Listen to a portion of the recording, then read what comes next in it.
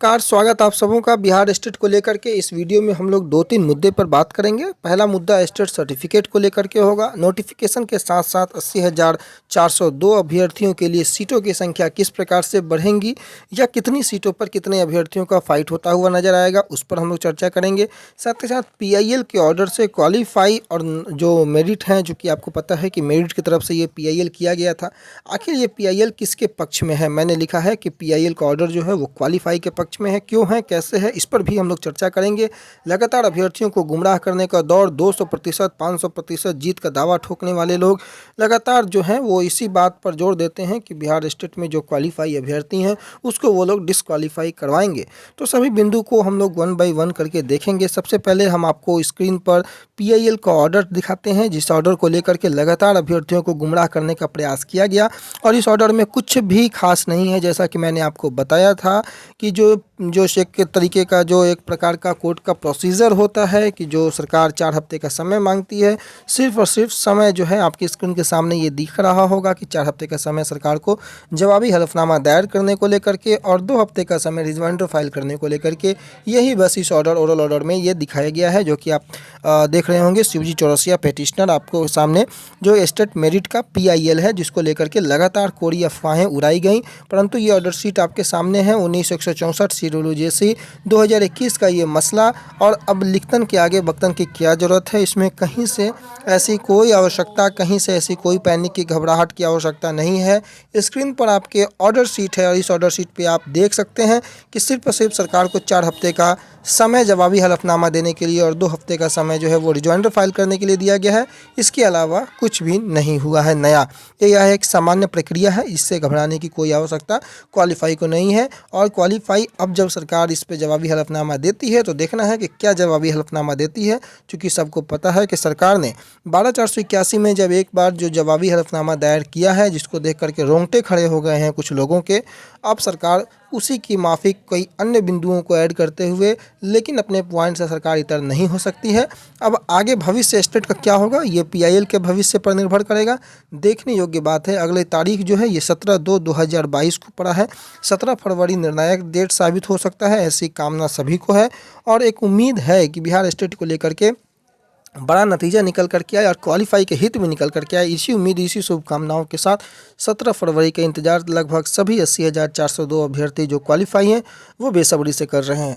एक और जो इस वीडियो के माध्यम से मैं आप लोगों के समक्ष एक रिक्वेस्ट करना चाहूँगा कि आप लोग स्टेट को बचाने के लिए भले ही कोई प्रक्रिया में हिस्सेदार न हो, परंतु किसी भी अभ्यर्थी को, जो लोग चंदा का खेल खेल रहे हैं, गंदा खेल खेल रहे हैं सिर्फ अपनी दुकान को चलाने के लिए, चाहे वो कोई हो, चाहे वो मेरिट पक्ष से हो, चाहे वो क्वालिफाई पक्ष से हो, किसी को आप लोग 1 रुपये चंदा न दें।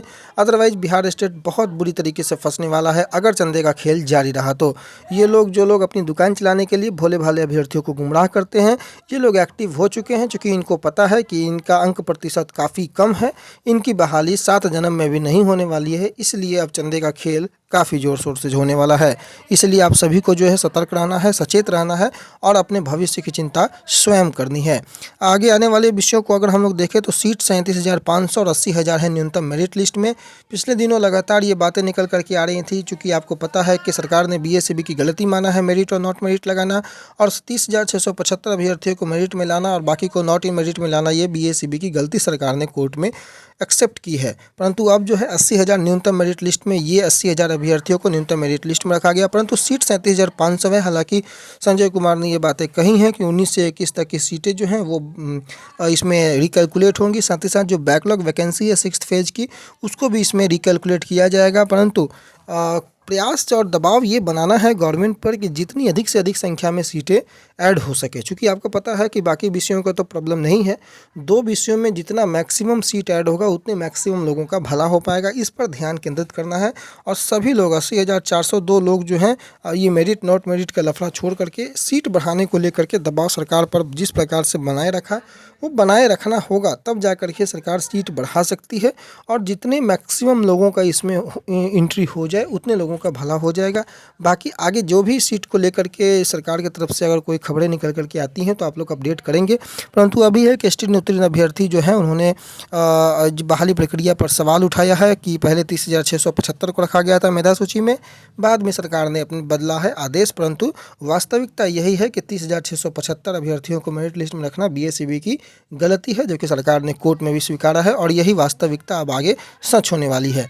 प्रमुख सवाल यहाँ पर देख लीजिए कि 80,000 का नियोजन तो सीट क्यों नहीं बढ़ाती सरकार, परंतु सीट बढ़ानी आवश्यक है, इस बात पर जोर सभी को देना चाहिए और ये एक प्रमुख और अहम मुद्दा होना चाहिए। आप देख सकते हैं सर्टिफिकेट को लेकर के अभ्यर्थी लगातार जो है वो रोष में है। लगभग पिछले 10 दिनों की अगर हम बात करें तो 2 दिन अभ्यर्थी पटना के गर्दनी बाग में धरना प्रदर्शन किए हैं। अंक पत्र प्रमाण पत्र जारी करने के लेकर के धरना हुआ है। शिक्षा मंत्री को पत्र भी लिखा गया है इस बाबत।